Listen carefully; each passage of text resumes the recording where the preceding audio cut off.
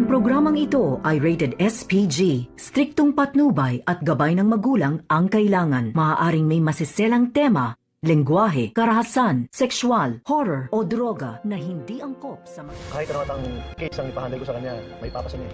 Ganun siya kagaling. Mahal naman.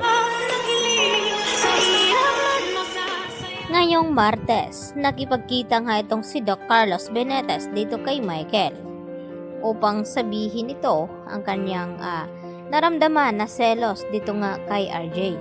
At dito nga napag-usapan ni Carlos at Michael ang taglay dito ni Annalyn na pinakamagaling dahil sinabi ni Carlos na kahit anong case daw ang kanyang ibibigay kay Annalyn ay talagang maipapasa ni Annalyn.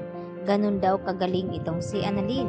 At dito nga na sinabi ni Michael na mahal daw niya ang batang iyon.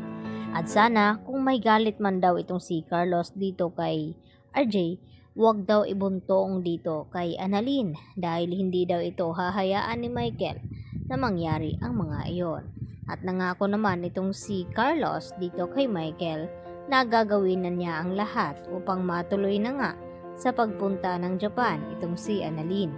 At dahil sa nabalitaan ni Annalyn na nakapasa nga siya dito sa challenge na ibinigay ni Carlos ay agad naman natuwa ito at nagpaalam na dadalawin daw niya itong kanyang ina na si Lynette. At dito nga na masaya na ibinalita ni Annalyn sa kanyang ina na makakapunta na nga daw siya ng Japan. At natuwa naman itong si Lynette sa ibinalita dito ni Annalyn.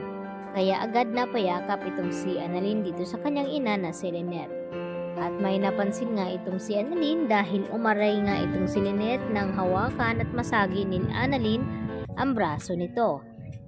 At nang tingnan ni Annalyn kung ano nangyari sa braso ni Lynette, ay dito naman na sinabi ni Lynette na hindi daw iyon sinasadya na masugatan siya dito ni Carlos Benitez at hindi na nabanggit ni Lynette kung ano ang dahilan. Sa kabilang banda, nagpaplano naman itong si Eric at itong si Justin kung papaano daw nila umpisahan ang pagpapabagsak dito sa Apex Hospital. At dito nga na sinabi ni Justin sa kanyang ama na alam daw niya kung papaano na pabagsakin itong si Giselle na nararapat lamang daw sa kanya dahil sa ginawang pang-iwan ni Giselle sa kanyang anak at napunta dito sa mga masasamang umampon dito kay Justin. At yun nga ang dahilan na kung bakit mapahanggang ngayon ay natroma nga ng husto itong si Justin sa mga kamay ng mga umaampon nga dito sa kanya. Subalit dahil nasa comatose pa itong si Don Pepe ay hindi naman sukat akalain dito ni Giselle at RJ na mayroon ngang muling magbabalik sa inaakala na wala na ito. At nababalitaan nga ng dating asawa dito ni Don Pepe na may nangyari nga dito sa matanda. Kaya agad na pupuntahan ito sa Apex Hospital. At gugulat naman dito kina Giselle at RJ na buhay pa pala ang kanilang mama.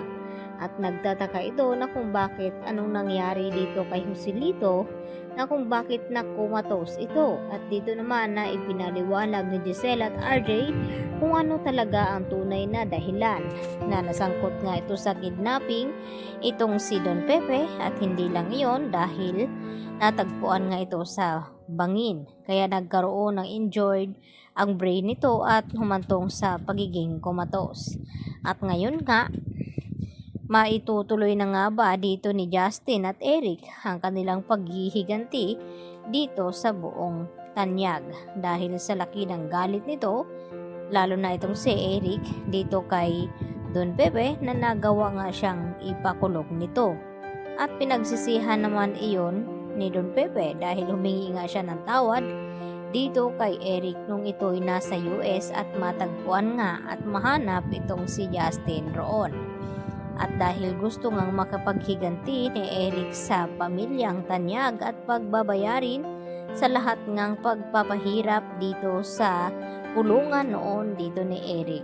Kaya pati itong si Giselle ay madadamay sa tindi ng galit dito ni Eric at ganun man kay Justin. At dito na nga na hindi daw mapapatawad ni Justine ang kanyang ina hanggang hindi ito magdurusa.